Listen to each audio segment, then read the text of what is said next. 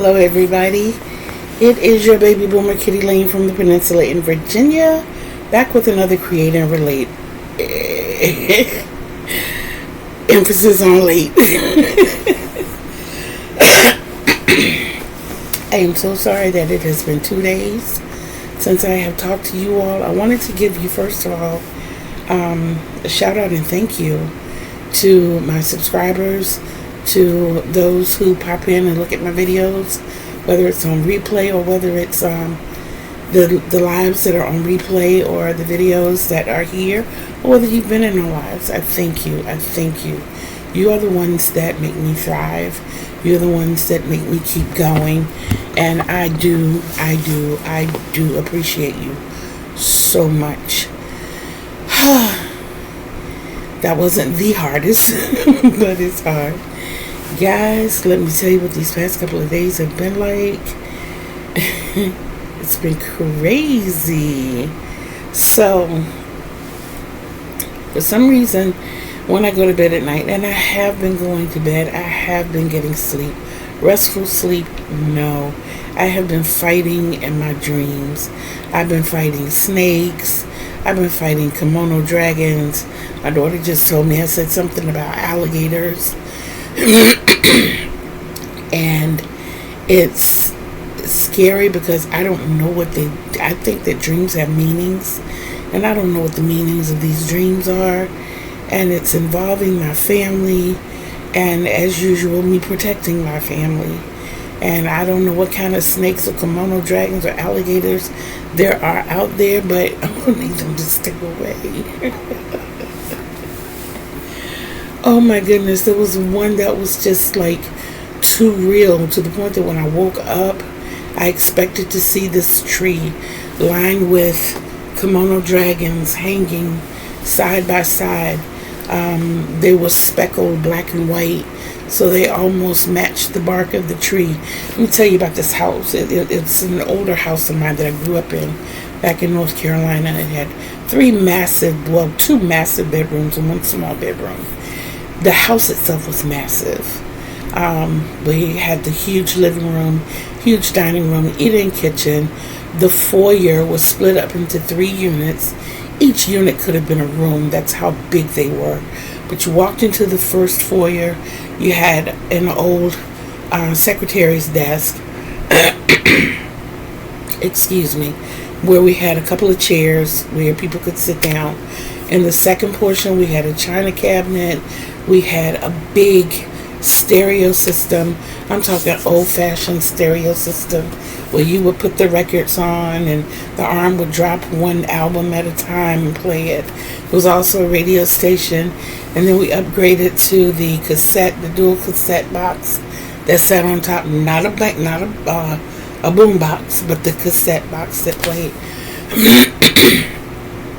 And then the back foyer was big enough that we had a love seat and a rocker, a fabric rocker. And it had its own separate heating unit.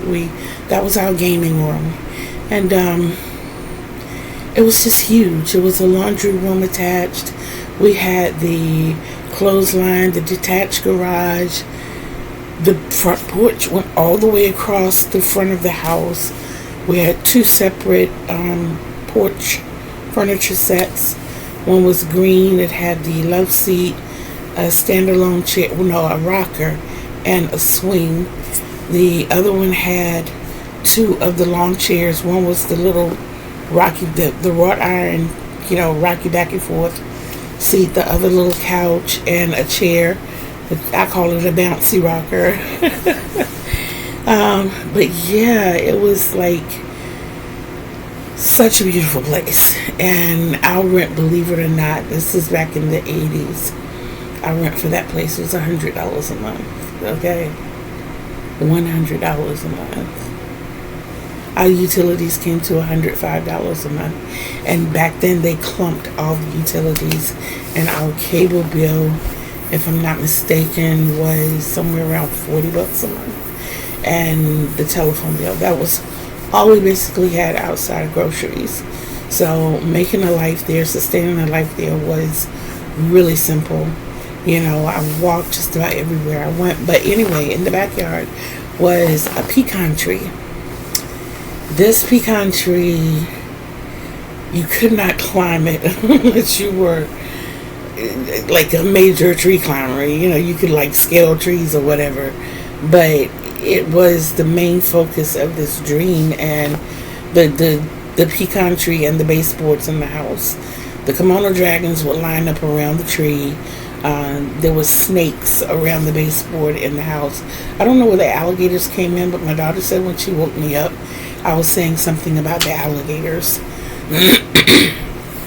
But when I went back to sleep later in the day, which was today, I don't even remember what I was dreaming about. I just remember fighting for my family to get away from something, and I don't know what it was. I have no clue. So here it is, going on 9 o'clock at night, and I'm not sleepy, but I'm hot and I'm miserable and I'm tired, and that may be it. I think lots of times I associate heat with the Amazons and the rainforest where it's just sticky and muggy, and yeah, that might be it. I don't know, but I do know that it is very warm. I was looking into fans earlier, and we have to maintain a certain temperature in the house because between me, my daughter, and my grandkids, 2 of us are anemic. I'm not one of them. But I do not want to make life uncomfortable for my daughter and my granddaughter. And my grandson and I are like heaters. And it's so right now I have a fan blowing, and I have an iced bottle of water sitting in front of it, what we call a makeshift AC. I feel it, but it's like blowing on the front part of me, so the back part of me is still, it's not drenched, but I can definitely feel the sweat, and it is uncomfortable. God, it's uncomfortable. But it is what it is. I am prepared to hunker down to a really warm summer. But I'm going to have to get another fan, a more powerful fan that is somewhat temperature controlled. If I can get the temperature in my room down to like 68, maybe 66 would be even better. My ideal temperature is like 58. Boy, if I could get it down to there without harming the rest of the house, that's where I would be, and this is where I would be. So, I also know that I believe that my dreams are stemming from the stress that I've been going through. I think I shared with you all that I have what they call focal seizures. I actually had one on film during the live. And it kind of looks like I'm going to sleep. My daughter, described, she happened to see it, and she was like, "Mom, that was you having one of those moments. That's what you look like. You just stop and go, and you wake up like nothing has ever happened." And so, good thing is we're in the process of getting all of that checked out. Hopefully, the medication that the doctor wants to put me on, he can find the right level to kind of balance things out, and I will be okay. I'm okay anyway, but it's just, another part of life that I have to deal with. Okay, that was number 2. I don't know how many things I'm talking about. I just know as I knock them down, I'm knocking them down. But here we go with number 3. So, today was supposed to be dedicated to working on anything but luck of the draw. And this is the project that I wanted to be working on. I want to get it caught up to where I want it to be. I have gotten no further. I'm still at Ghost Brothers. And I want to I want to progress. I want to get to where I'm supposed to be. I should at least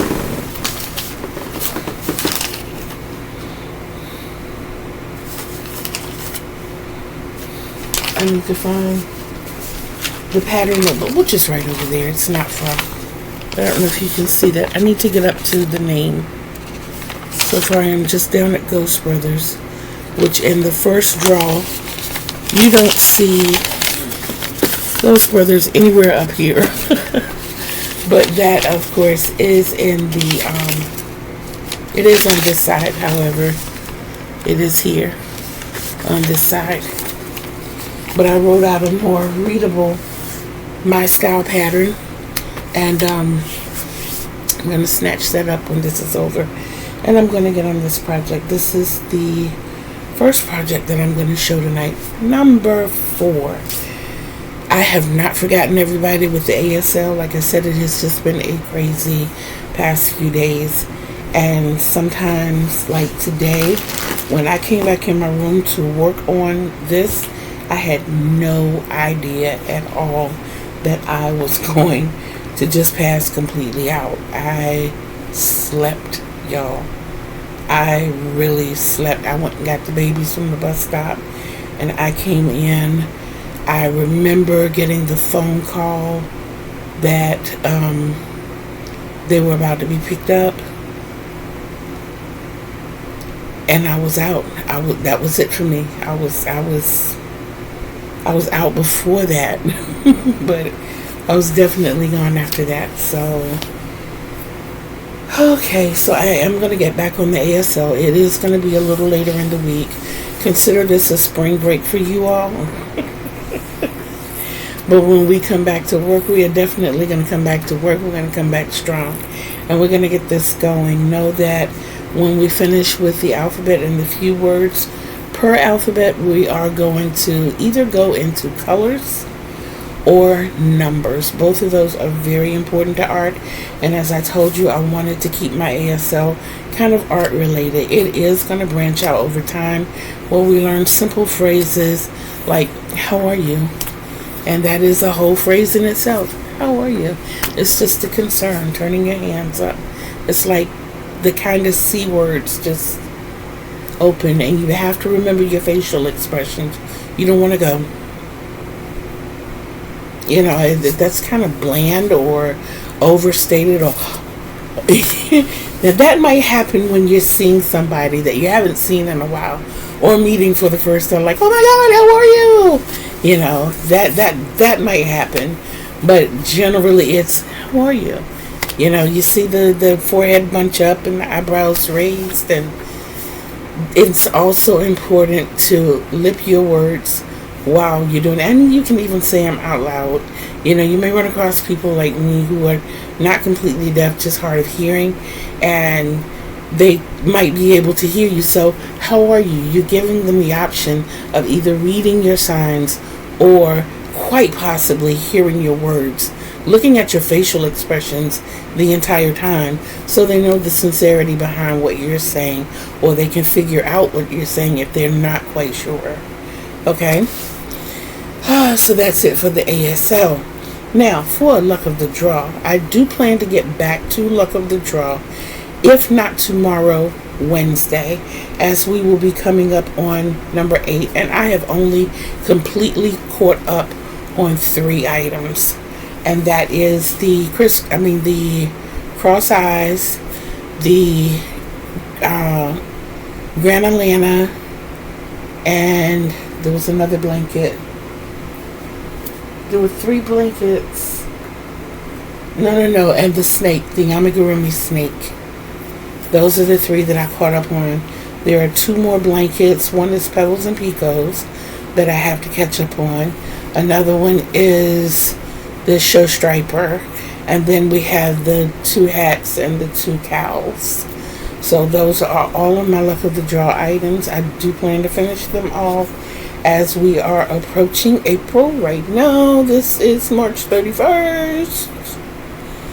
Can you tell I used to direct in band? So that's Luck of the Draw. there are several outside of luck of the draw items that I am working on that I have to pay attention to. The red here in the back, that is the arm pillow that I have. The chair doesn't sit, the new chair that I have doesn't sit exactly like I thought it was going to sit, so that may end up being a cushion for me to sit on. The chair is a little low and it's flat and it's hard. It is a wrought iron chair. It does have a little padding in the seat of it, which is probably about a 1/2 inch to maybe 3/4 of an inch. So when you sit on it, it's just hardboard underneath, and it's a little bit uncomfortable. So I think I want to add some padding to the seat. I'm not going to reupholster it, but I am going to put a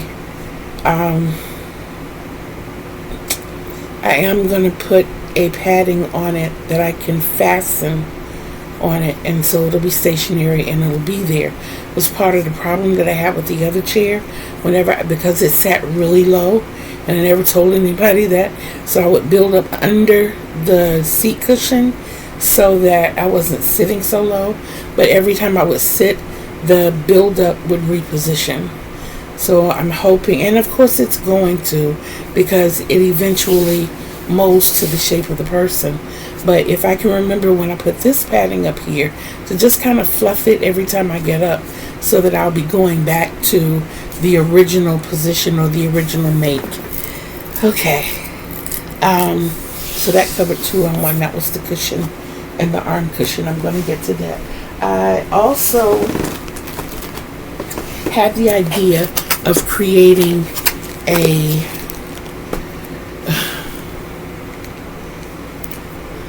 sunrise shawl. I had 3 of these Just Cottons. They were gifts. So I worked one up last night. It's not what I want it to be. It's kind of similar to what I want, but it's not really what I want it to be. It's more like I call it a schmall, or sprawl. It's maybe a sprawl. I don't know, but it's kind of a cross between a shawl and a shrug, and it's going to. This was the first one that I tried, and it of course was going from bottom to top. I hadn't thought about the well, that's not going to work. Thinking about the possibility of connecting the two, but then again it would, and crochet your facing along the, hey, that might, no, that's not going to work. That's not going to work, but I got my colors at least, and we do know that we're going to be working with orange and yellow and white, as that is on the inside of the cake that I created. And here is a variegated orange as well. This is going to be 100% cotton. I am using Just Cotton and sugar and cream for that. My blanket I have put aside for a while. I put it in the closet, so out of sight, out of mind. I won't need that again until winter, so that's not even something that I should work on. With it being so warm, I've also decided to put the blanket that I was making for my daughter, the crystal panes, which, if you don't remember, is the variegated rainbow and the black, which is basically, the variegated rainbow is Temu yarn, the black is Mainstay. But I've decided to set that aside as well, just to get it off my plate for right now. The 3 projects I finished are over there. I am going to, okay, the update on the auction. Okay, so we showcased a few items, and I think that the auction was a success, because number 1, people showed up.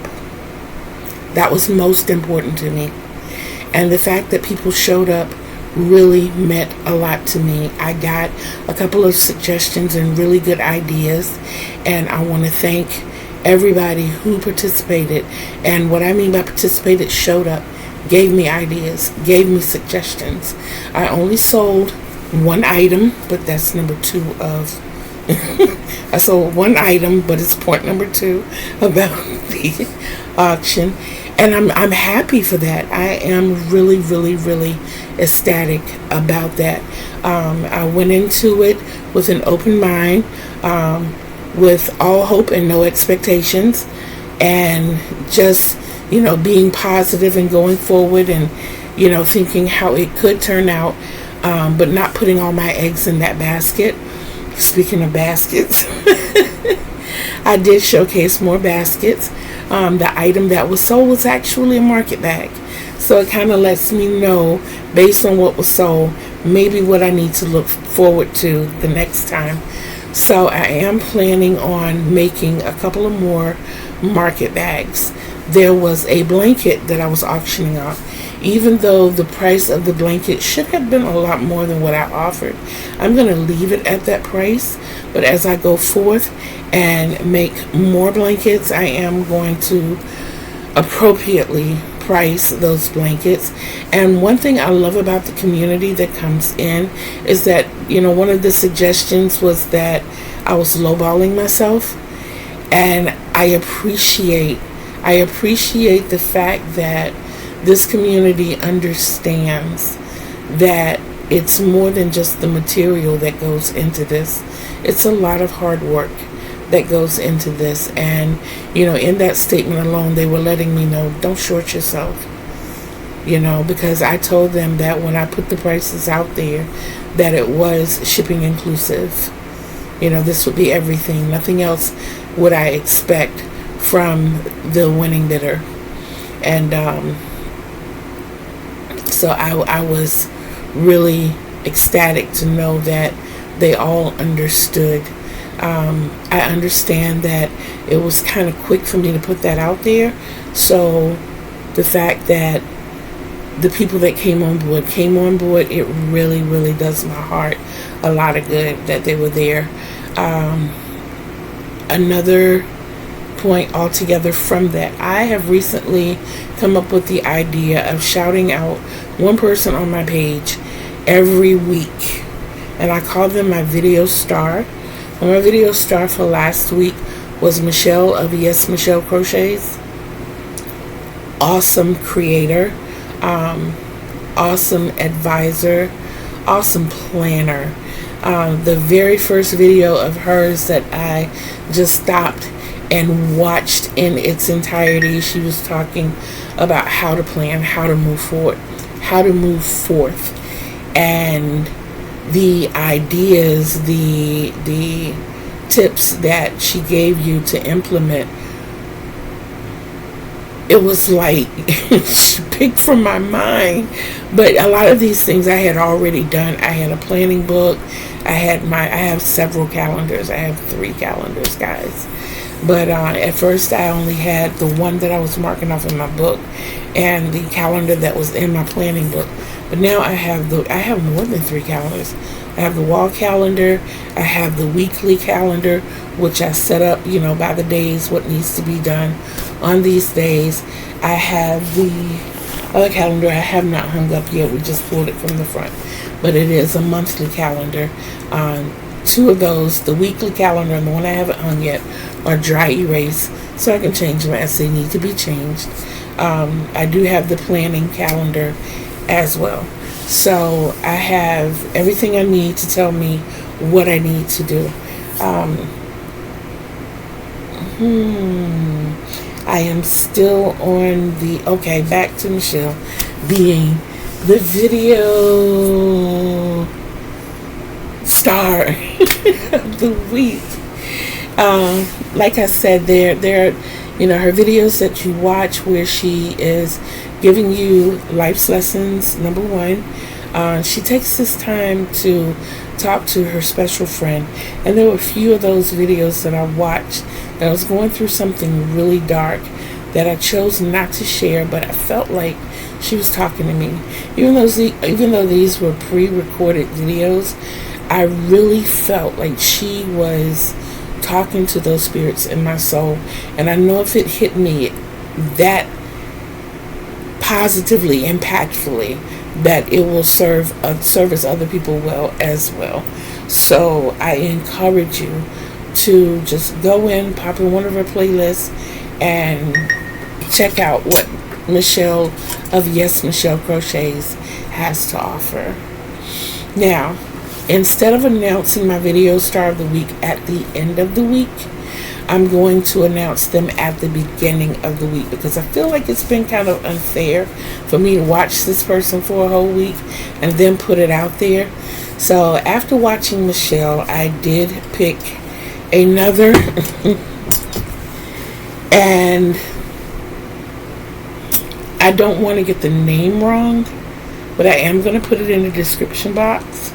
But I can tell you that it's Lori of Lori's Stories, and I don't remember the last word, but I am going to put that down in the description box.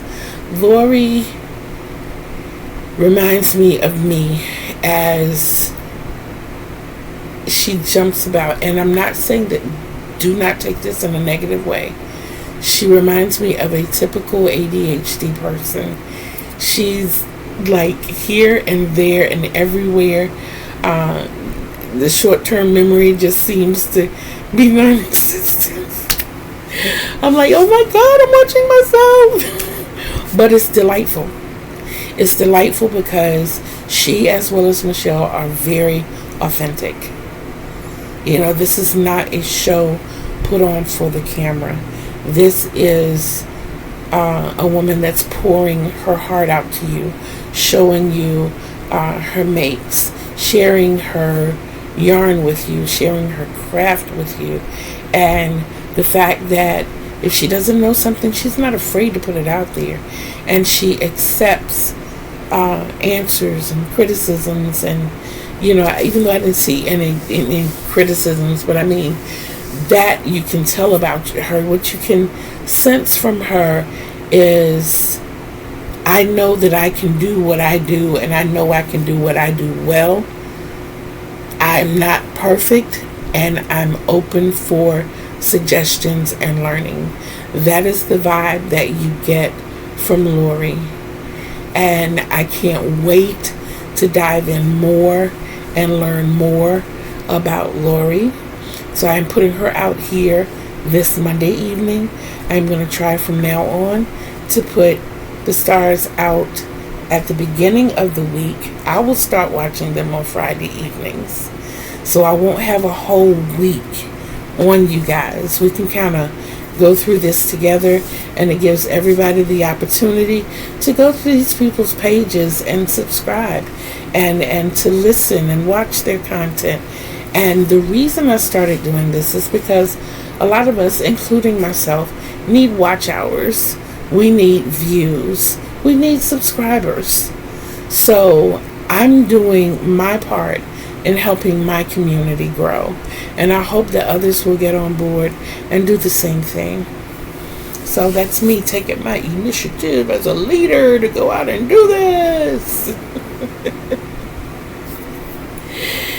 Another person that I wanted to talk about is Llama Mama Kayla. I want to congratulate her. She got a shop in town. It's not a flea market. It's not a it's consignment shop. It's not one of those. It's it's a flea market where she was able to purchase a space and showcase and sell her items. And she came out on the plus side. She came out on the plus side, and that really makes my heart happy. She, of course, you know, when you go into these places, you have what they call booth rental or shop rental or space rental. I know here in Virginia we call them booth rentals. And once you pay that, you know, it's determined whether it's going to be, whether it's going to be weekly or monthly, bi-monthly, however you choose to set it up.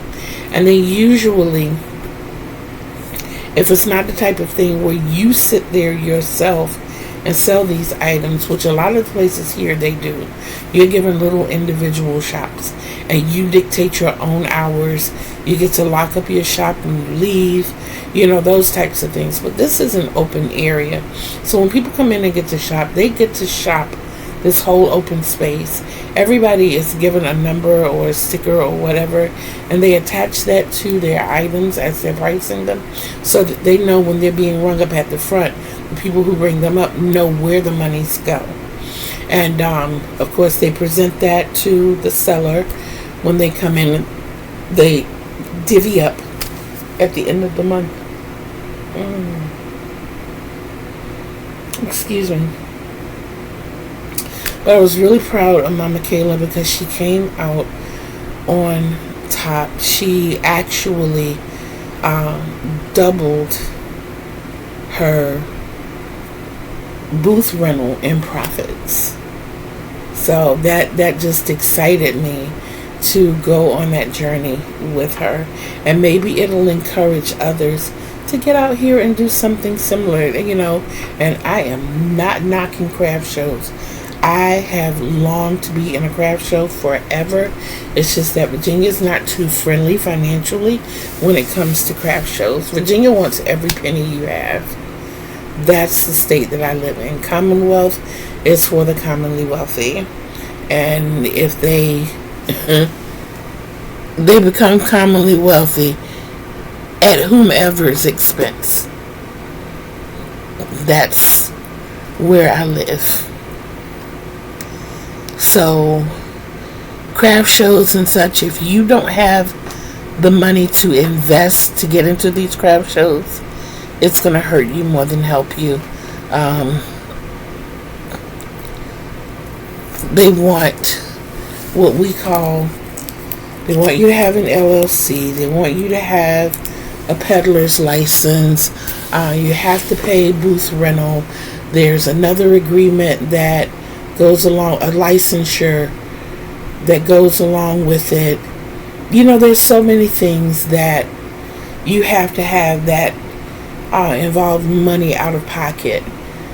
So when you take the fact that you've invested, say, $1,200 into this to go set up for 4 or 5 hours, and you walk away having sold $200, even if the max is $2, and you do this every weekend for a month, you only come home with $800. You're out, $400 for that month. And even if you do it again next month, it's not guaranteed that you're going to receive the same profits. And then when it gets cold here, people stay inside. If this was something that you could consistently do and it brought you a base of, say, $200 a week, then fine, perfect. And I understand you're not going to hit that all the time. There are going to be times where you only sell one item. There are going to be times that you sell out of everything that you took. And that's great when that happens, but you have to, there's so many things that you have to add. What was going on during this time? What big event was happening? Were these locals or were these out-of-towners? I live in a tourist area. I live in a military area. So these might be families coming to visit their spouses who are in the military. Maybe a time that a ship is going out or coming back in. There are a lot of variables that you have to include, but the flea market is the flea market. And there are a lot of people that are looking for deals and unique things. And I put our crafts in the category of unique items as opposed to, deals. And then along with that, with this being a tourist area, there are a lot of people who come into the area who don't understand, accept, or respect handmade items. They just, they look at the fact that, oh my God, crochet skirt, $200. I can get one on Temu for $19.99. Okay. Good luck. It wasn't made with we're going to leave that right there. Because I get kind of upset when I saw that. That's one reason I don't donate my items to places like Goodwill. Because I'd rather give a blanket to someone I know can use it, as opposed to donating it to that type of facility and walking in and seeing this blanket that I put my blood, work, sweat, and tears into being sold for $10. That hurt my feelings. That boils my blood. So, let's see. What else was there? Like I said, there was a whole lot of things that I wanted to talk about. I did not make a list coming into this because I wanted to kind of wing it. I wanted it to be completely, open. I'm going to have to get me another ring light, y'all. Gonna have to do it. Let's see if I can show you what's going on. Okay, it's not doing it now. But usually when I brighten it up, it starts like a strobe light effect. I have seizures. That's not good. So, yeah. My daughter told me to get in contact with the company, which the paperwork is right over here in the drawer, and I will get in contact with them and find out what we can do as far as the warranty is concerned to get that straightened out. Okay, I think that may be it. As I look around the room and I see things that I have crocheted, just being a part of you guys, like the runner that I have for my dresser and nightstand and jewelry box. I'm so proud of myself when I look over there and I see that. It's like, yay, go me, look at what you did. But I'm really excited about that. The baskets that I made that I showcased. Oh, back to the auction. I am going to be having more auctions. As of right now, I'm setting them at once a month. That will give me time to refurbish or redirect even my stock. Like I said, I sold a market bag, so I do know that I want to make at least a couple of more market bags. And there are a couple of other things that I've been thinking about that I want to implement as well. So I'm going to be working on that along with doing the luck of the draw and my specialty items. I think that may be it. We talked about ASL. We talked about my health and update. We talked about the extra items. We talked about luck of the draw items. We talked about the auction. We talked about the video stars. We talked about shout out to Mama Kayla. And something else I have not said. The success of the most recent Boggy Creek drop-off. Before last year, I had never been involved in any type of way with anything Boggy Creek, and even though I was not able to donate what I would have liked to have donated, basically because of finances, just to go along on that journey and to see how things were done and to see the number of people, the amount, of blood, sweat, and tears that was put into this project. To see that, y'all forgive me, there was something on my screen that was bugging me, but to see that humanity still exists, I think that's the best way that I can put it. To see how people so willingly open their hearts. See, there it goes. I'm going to catch it before it gets bad. But to see how people open their hearts and gave their time and their energy and created something so beautiful. I would love it if I could see pictures every week of the 10 beds in each cabin. You know what I'm saying? So, not only to see the blankets as they're submitted, showcased, but to see them all laid out together. Maybe that's something that they can look at in the future. I learned in this process that there are, I think they said 7 other sites that do this same thing, and I want to find out if there's a site closer to me. And I don't know, because Juan is a few hours away from me, and that's Juan the Yarn Addict. He's a few hours away from me, and on his way, I'm like on the way down to Florida. So I don't know.